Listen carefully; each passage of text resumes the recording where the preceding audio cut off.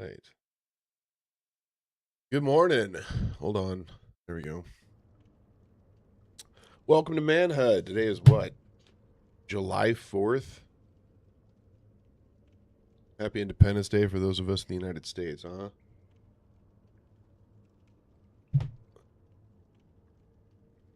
Go. Up. All right.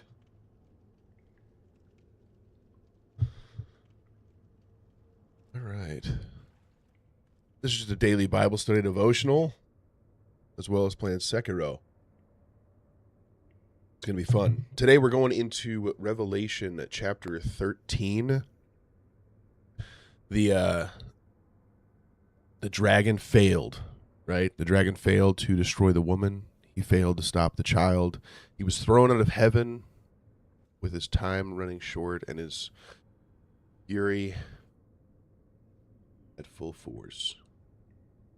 So he calls in reinforcements. Chapter 13 introduces the dragon's two great agents, the beast from the sea and the beast from the earth. Together they form what many scholars call the unholy trinity. That's what they call this. The dragon counterfeiting the Father, the first beast counterfeiting the Son, and the second beast counterfeiting the Holy Spirit. The first beast rises from the sea, 10 horns, 7 heads, a mortal wound that has been healed. The whole world marvels and worships.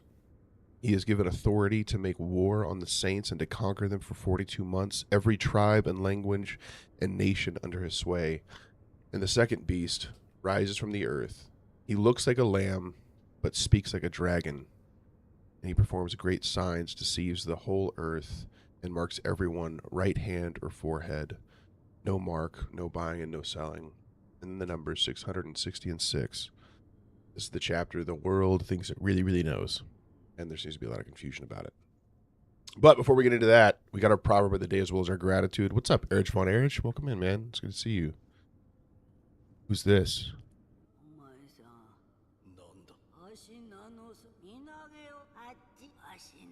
Okay. Wait. Nice. Just throw yourself off a cliff.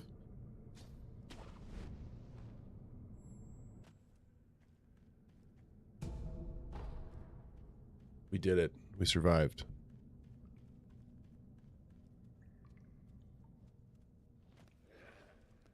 Uh-oh. Rotate.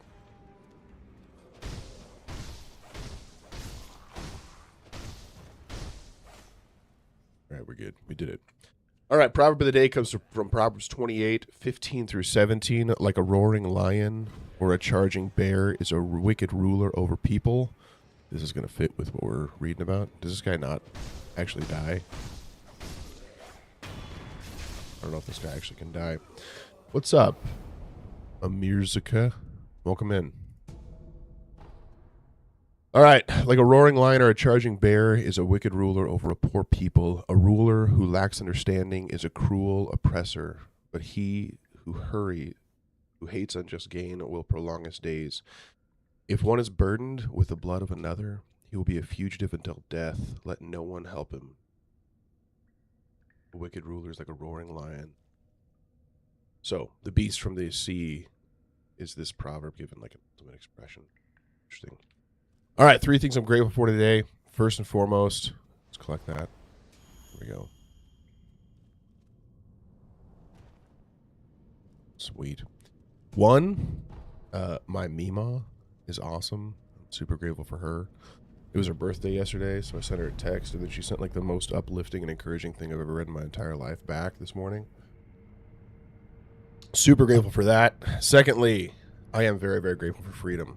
I'm super grateful for the fact that we have a constitution, while not perfect, does keep things like this. I never actually went live on TikTok. Hold on. There we go. Okay, we're live now. I'm super grateful for freedom as a whole. Just my freedom and ability to worship openly and freely, to speak openly and freely about my faith, and to not be persecuted relentlessly for it. Very grateful for that. Right.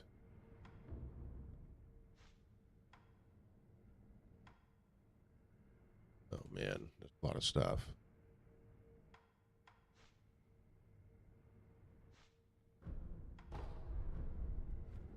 Sweet. The Sheen of Depths. We made it. This seems like a area of combat over here.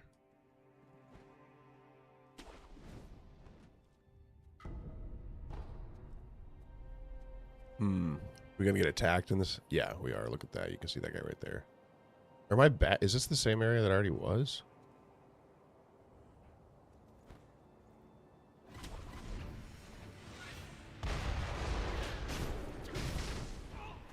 Ouch. Okay. Well. Oh, this is a poison swamp. Good. Good, good, good. We're good.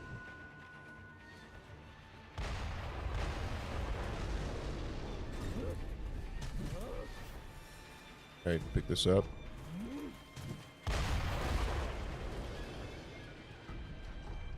Move, move, move. Run. Run, run. Hold on, one more.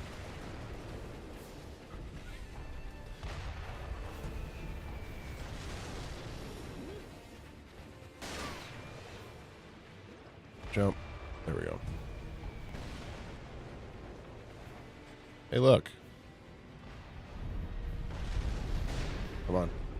There we go. We rested. We're good.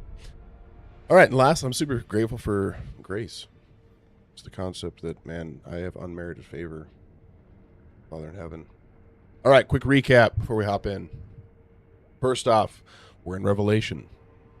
This is written by the Apostle John while he's exiled on the island of Patmos. Chapters 1 through 3, we see the vision of Christ exalted and the 7 letters to the 7 churches. This is who this is written to, is these 7 letters to the churches in Asia. Asia Minor, specifically. Chapters 4 and 5, we see the throne room. How are you playing Sekiro but then spreading the gospel? Very badly is how. Not super good at it. What's that?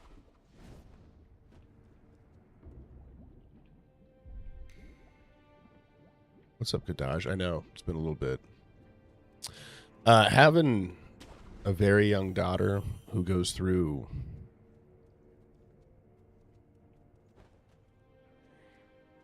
you'll feel more good than something has ever done. Man, my life's been totally changed and transformed by him. I'm sure that's going to be true. And I have beaten Sekiro. You should give your life to Jesus too. It's good. It's so awesome. It's life-changing. Can I get up there or no?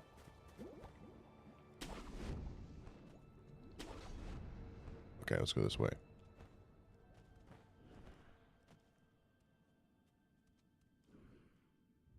Everyone be quiet.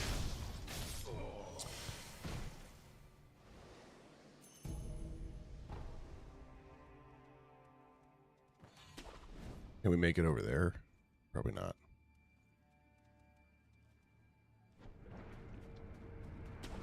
All right. Okay, sorry. Chapters 4 and 5, we see the throne room. We see the Creator, the Lamb, and the sealed scroll. And no one is found in heaven or on earth or under it who is capable of opening it. But the Lamb, who looking at it as though it had been slain, is. And then chapters 6 through 11, we see the seals and the trumpets. That's the 4 horsemen, the martyrs, the cosmic shaking, the demonic woes, the 7th trumpet declaring Christ's eternal kingdom. And then in chapter 12, we see the first of 7 signs. The woman, the dragon, the child, the war in heaven. Satan was defeated, thrown down, and is now furious because he knows his time is short. He turns his war on the rest of her offspring, those who keep God's commandments and who hold to the testimony of Jesus. And chapter 13 shows how the dragon wages that war. He can't fight the church directly. His heavenly authority is revoked. So he raises up 2 agents, which we're going to read about now. Yeah, Mac and Mike, I do. Absolutely, 100%. I have read that before. All right. I don't know how to get out of this hole. Probably through that back door over there, huh? Let's rock. Let's go. Oh, we can't get through that.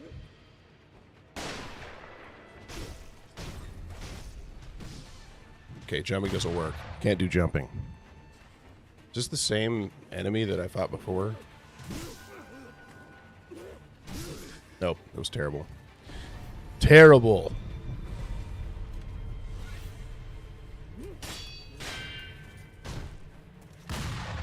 Miss.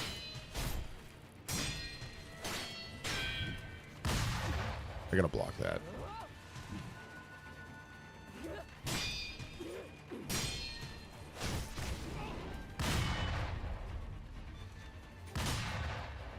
It's gonna suck when that other guy sees me. Hold on, we need one more. There we go. We're good. Yep. Oh, okay, great. Great. Alright, sweet. Good starting round, that was great. Alright, verse 1. And I saw a beast rising out of the sea with 10 horns and 7 heads, with 10 diadems on his horns and blasphemous names on his heads. And the beast that I saw was like a leopard. Its feet were like a bear's, and its mouth was like a lion's mouth. And to it the dragon gave his power and his throne and great authority. So, quick couple of things here. Now, this is Sekiro. Khalifa. This is Sekiro. Rising out of the sea. Remember, we've been reading Revelation for a little bit. This is symbolic.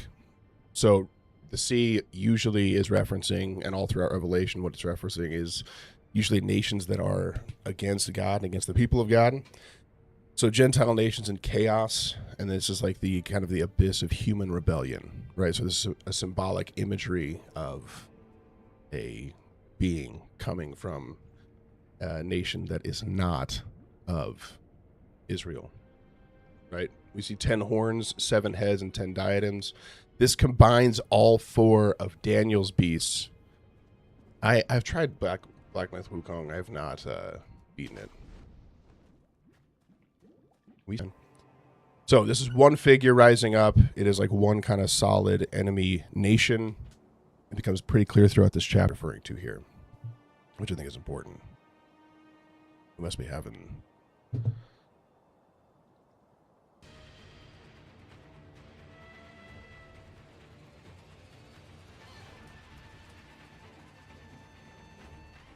I don't want those other guys to see me.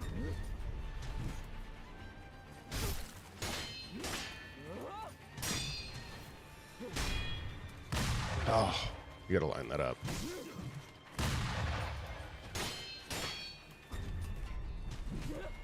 Take a sip. Good.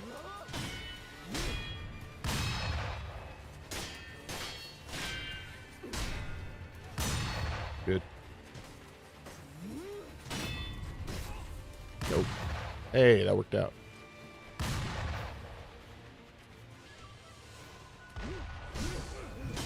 The fact that they can hit us in this corner is really frustrating me. All right. The blasphemous names on its head. Roman emperors often bore divine names. So like Augustus wore the name Revered One. Domitian's actual title was Lord and God. And so worship of the state as like ultimate authority is what it's referring to here. It's not a literal beast. Talking about. What's up, Bull? Good morning. Man, I must be having some internet connectivity issues. You guys, Bull, let me know if you're struggling to watch. I'm not sure what's going on. I keep getting a notice that I'm going live over and over and over again. I've got 1, 2, 3. Oh, it does. Okay, great. Twitch keeps saying, hey, you just gone live like 6 or 7 times. Okay, we got to figure out a way to not get seen by that guy. Or maybe we just go kill that guy real quick, huh? Maybe that's what we do. Let's go over there real quick. All right. On its head seemed to have a mortal wound, but its mortal wound was healed, and the whole earth marveled as they followed the beast, and they worshipped the dragon, for he had given authority to the beast, and they worshipped the beast, saying, "Who is like the beast, and who can fight against it?" There is a bunch of stuff in this. First and foremost, the beast emulates what Christ has done. So he's like a false version form of that, right? You see someone who looks as though that they've been killed with a mortal wound, but then coming back, and everyone marvels at the fact that there's this like false resurrection. There's a whole bunch here. So the beast's power is entirely derivative, right? The beast is given his power, his throne, great authority. He's given a voice to speak. It's entirely given to him. It is not something he has actually built himself. The mortal wound that was healed is like a deliberate counterfeit to the Lamb's death and resurrection. So the beast mimics Christ's defining act. And back in this time, and you're going to see my thoughts on this as we go through it, because I do have thoughts as to what I think. There may be more to this revelation than what we understand. There may be more coming, but this was written to the people to understand who it was.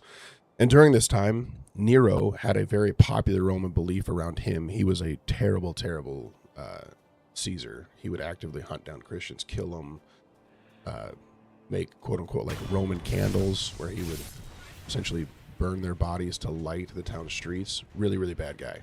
Horrible guy. So, but there was a myth around him that after his death, he would like essentially resurrect and come back. Maximus, I'm stuck here too. And a lot of people believe that, sorry, one second. Domitian's, oh, that was terrible.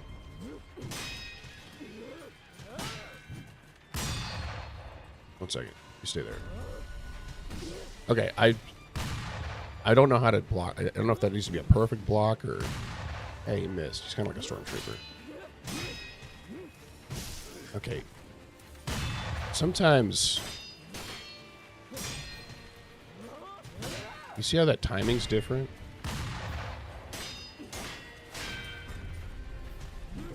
Okay, is that a jumping thing?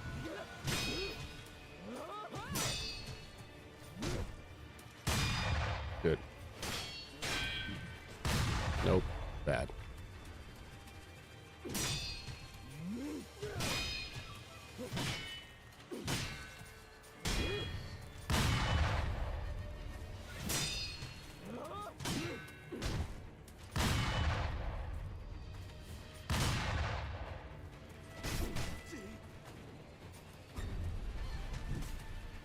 One, two, three.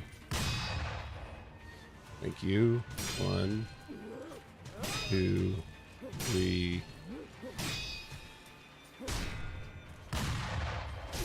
2, 3.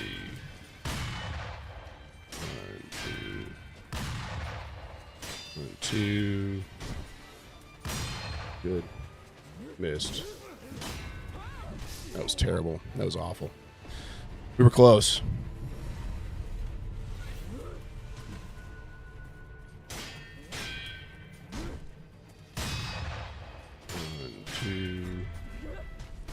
Okay. I think I need to block that. I'm all out of heals.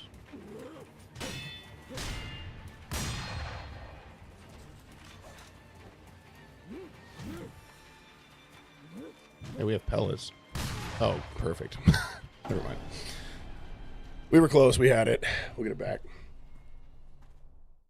All right, sorry. Popular Roman belief during the time that after Nero's death, he would return from the east with Parthian armies. So Domitian was seen by many as Nero reborn.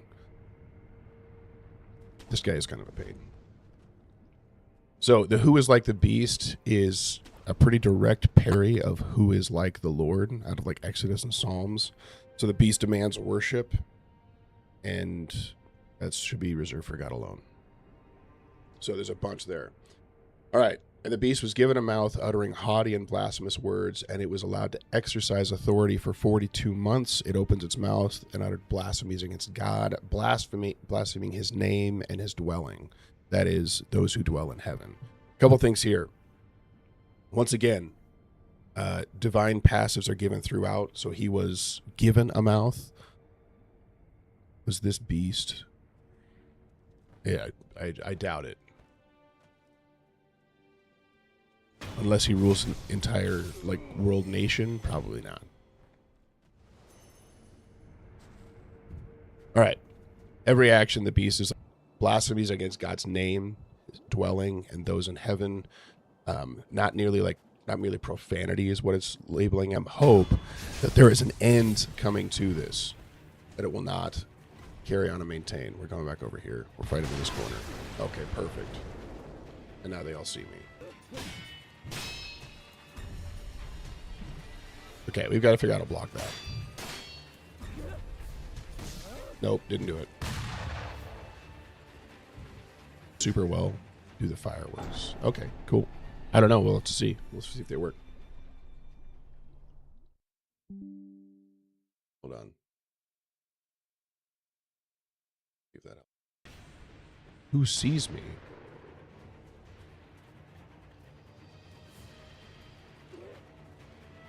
That's weird.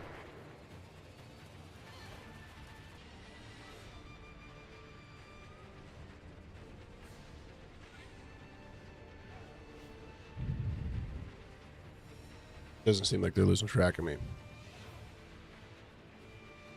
And all who dwell... Nice, dude. That's awesome. Read it, man. It's life-changing. It's so good. And all who dwell on the earth will worship it. Once again, all who dwell on the earth is consistently used as a term for a reminder that those who do not follow God will worship the beast. So there is no in-between. It's one or the other. Everyone whose name has not been written before the foundation of the world in the book of the life of the Lamb who was slain. So anyone who does not follow Christ will follow the beast. That is what will happen. If anyone is to be captivity, to captivity he goes. If anyone is to be slain with a sword he must be slain. Here is a call for the endurance and faith of the saints. So once again, this is a call to perseverance for the people who have been and are currently being persecuted during this time. It is saying there is an end coming to all of this. The persecution is controlled by God. He will bring an end to it. There will be salvation that will come. And so even when it seems like all is lost, it is not. Even when it seems like there is no control, it's showing God is constantly and consistently in control and holding on to all this stuff.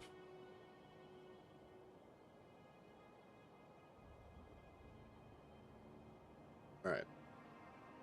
Now we see another beast.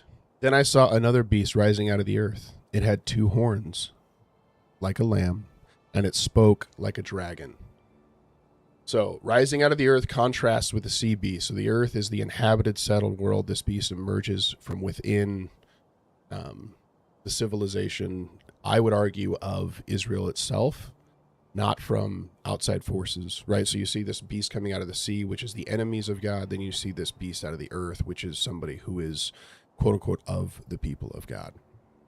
Yeah, absolutely, man. I would say one of the best places that's consistently said to start is in John, just because that really well defines the Gospels. You can start in any of the Gospels. John's a good one to start with. Okay, and that guy sees me, so we're going to move over here. So is he lobbing it over the top of that? Let's stay over here. Yeah, it's a good place to start. But the word's living and active, so anywhere you want to start is great. I need you to come over here. Thank you. 1, 2. Got it. Good. Got it. 1, 2, 3, 4. Got it.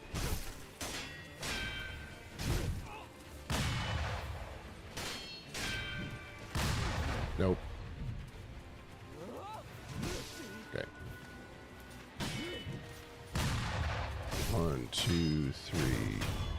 was easy. It is insane how it goes from like the hardest thing in the world to just randomly it clicks in place and there's no problems at all.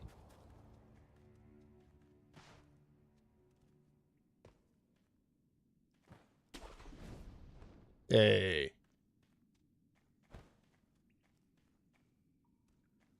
Am I insane? Is this the actual direct path forward, or did I just find a hidden spot? All right, the other thing to call out here, 2 horns like a lamb. This is one of the most sinister details in the chapter. It looks like Christ, but speaks like the dragon or like Satan. So this thing is going to be someone who... Is this a bad monkey?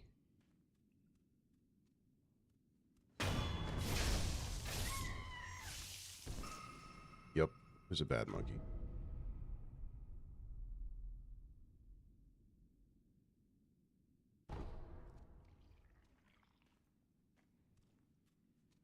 Is that...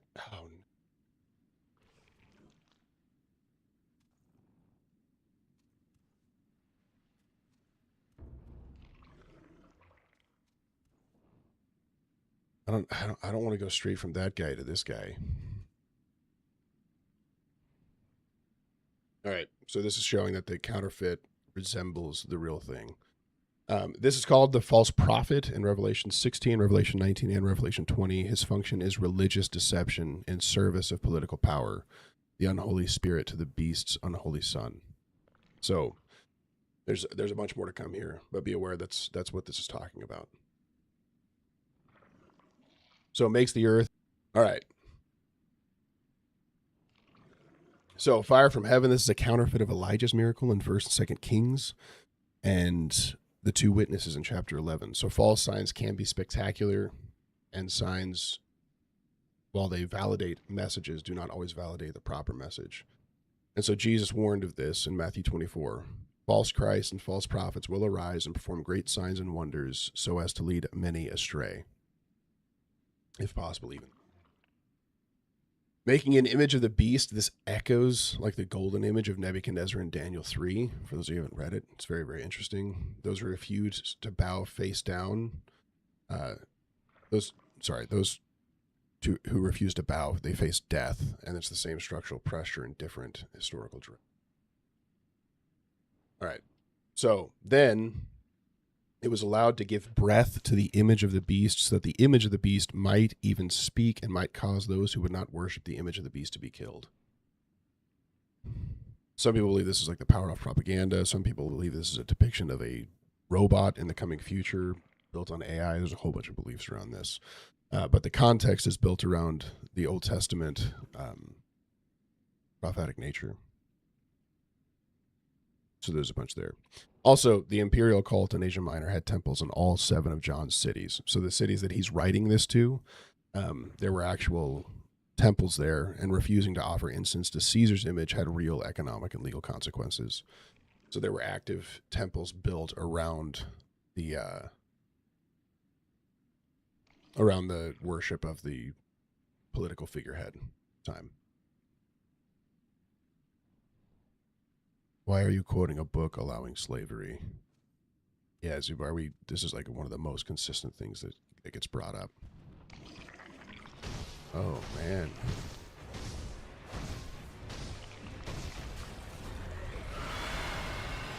Oh, I thought it was outside of it.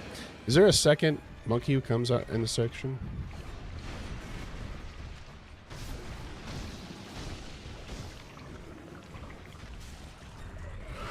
I'm gonna move away.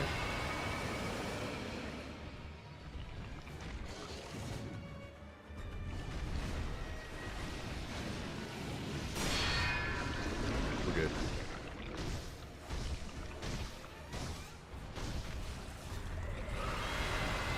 Oh, we're barely outside. Happy 4th, Crimson. Welcome in.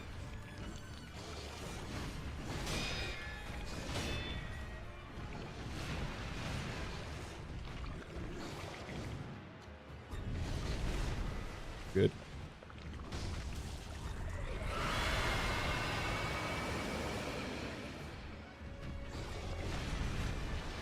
All right.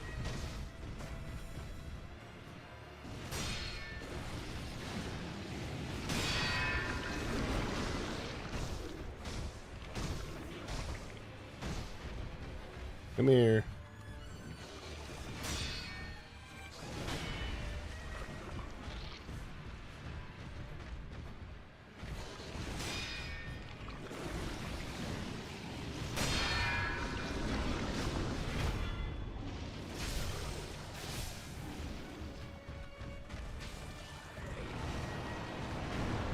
Oh, good.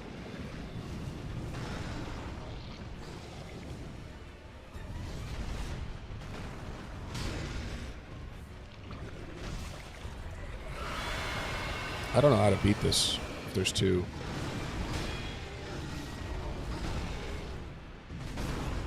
Okay, that didn't work at all. Did not work at all. Ouch.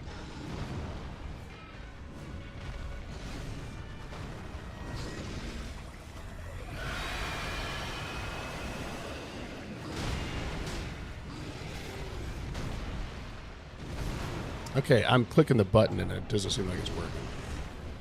I will say I was kind of impressed by how well I did the first little death blow. How well. All right, and it causes all, both small and great, both rich and poor, both free and slave, to be marked on the right hand or the forehead so that no one can buy or sell unless he has the mark, that is the name of the beast or the number of its name. I'd like to pause here. Just injure both or parry both. Barely wait till Ape 1 screams and injure Ape 2. Okay, cool. There's a lot of thoughts around this. A lot of people who have like ideas about what the mark of the beast is. And the intent, like when COVID was happening, there's a lot of people who were like, yeah, this is actually, COVID is a, or the vaccine is the mark of the beast. Just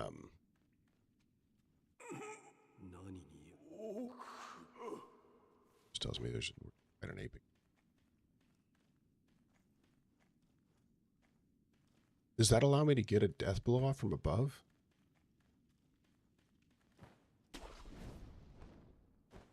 Or is it just...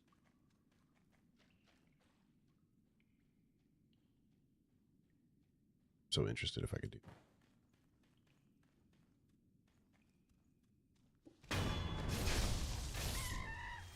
Okay, what does this thing do?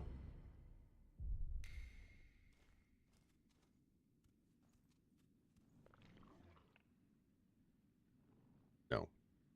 You can't death blow headless. Okay, thank you. That's... all right. So the mark on the right hand and the forehead directly contrasts with God's seal on the forehead in chapter 7 and chapter 14. You are marked by which master you serve. So there's no neutrality in this. There are 6 classes marked. 6 is the number of man. It is incomplete. It is not 7. Small, great, rich, poor, free, and slave. So every conceivable social division, the beast system reaches into every level of society. Those without the mark cannot buy or sell. There is economic coercion that was used as a tool of religious enforcement. So the beast weaponizes commerce to compel allegiance, cutting off livelihoods as spiritual pressure. This actively happened to even the Christians at this time. So there's a whole bunch here. A lot of people are like, it's an active mark. It is literally the number on, or it's the, like people were like, hey, it's the barcodes during the Holocaust. There's a whole bunch of things that have been brought up. But the symbolic context here is that this is the same, being marked on the head and on the hand. Your hand is your work or the things that you do. Your head is where your thoughts are, your mind is given, right? So being marked on both is complete and total allegiance to it. That's the idea here. It may be something like real as well. I don't know. But there's very specific things being labeled out here, and it's important to understand that.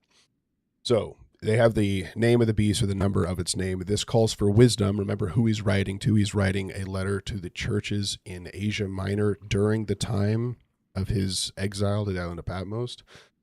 And he says, let the one who has understanding calculate the number of the beast, for it is the number of a man, and his number is 666.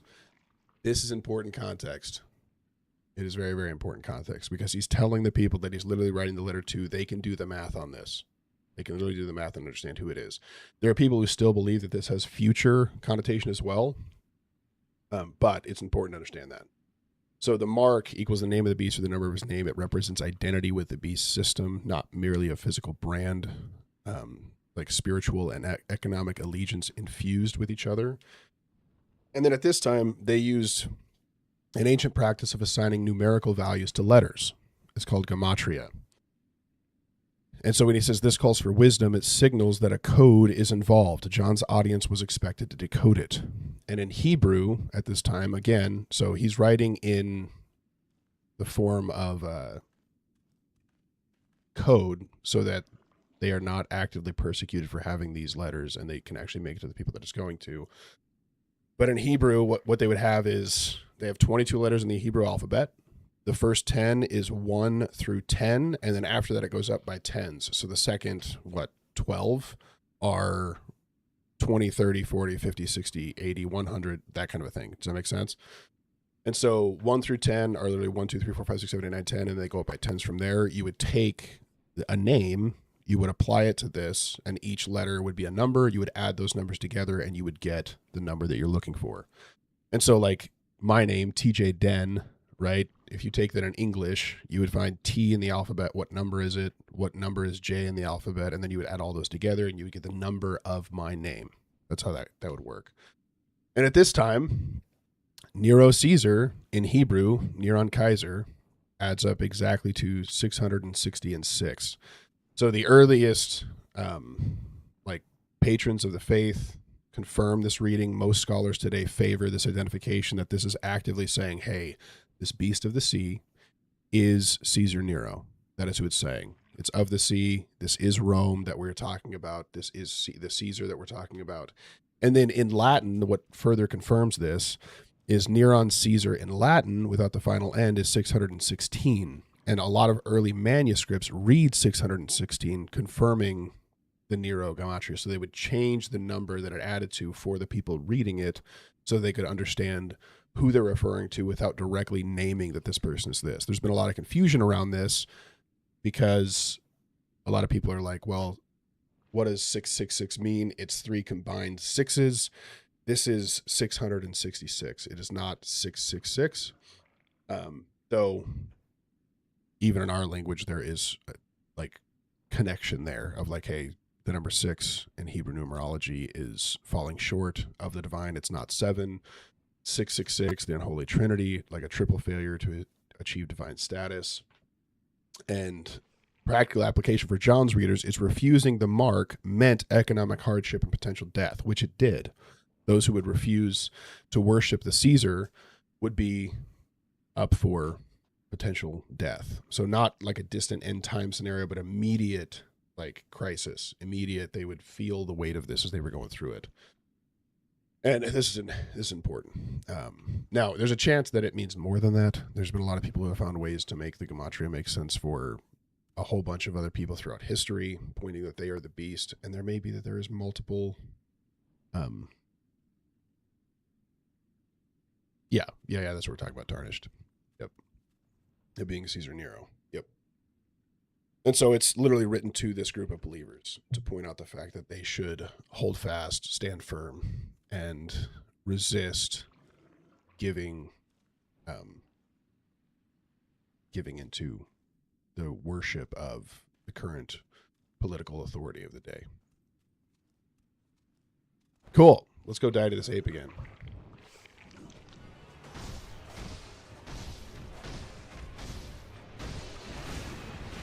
Whoops.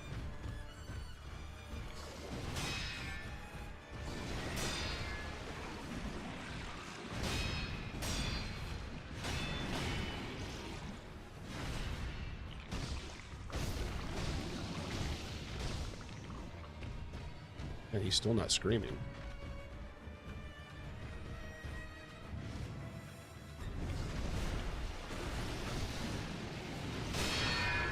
Good.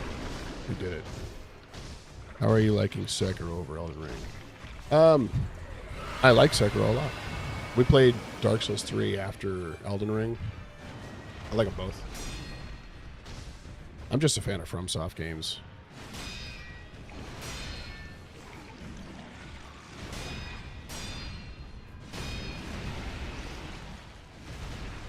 One, two,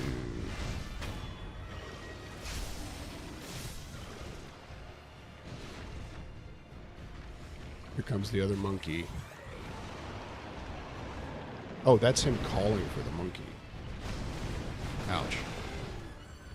The problem is the two types of attack are what's hard for me.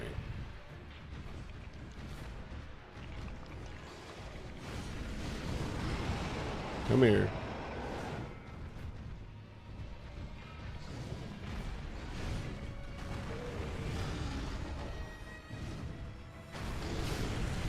Okay, that was... Yep. It's not going to work.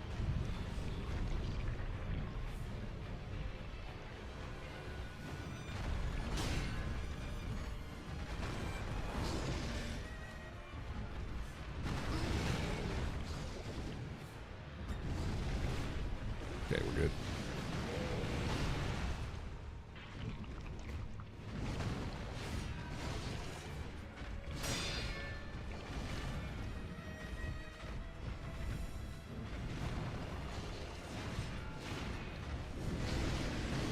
Do they take turns?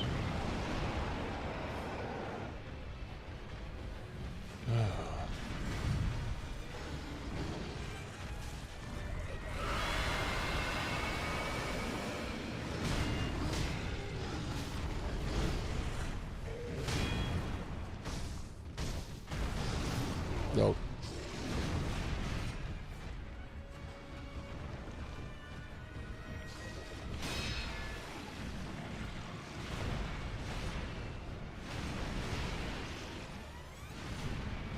Still didn't attack. Never got close enough.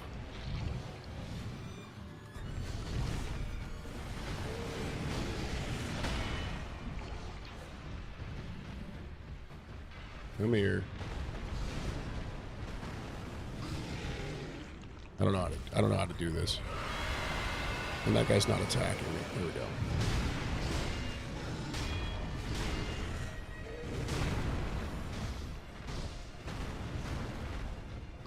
I can't see the other one. Hold on.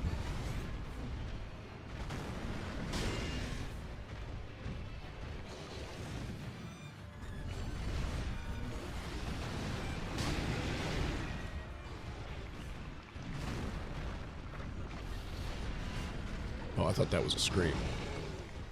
It was not a scream.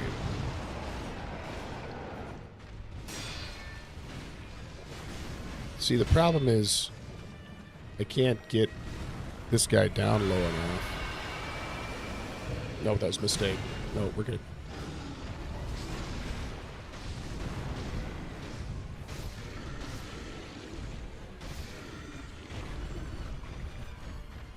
Bad.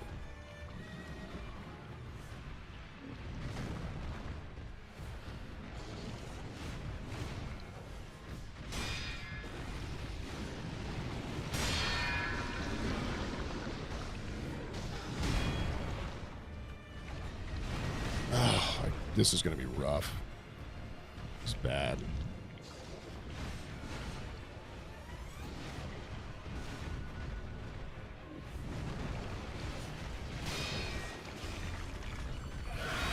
Oh.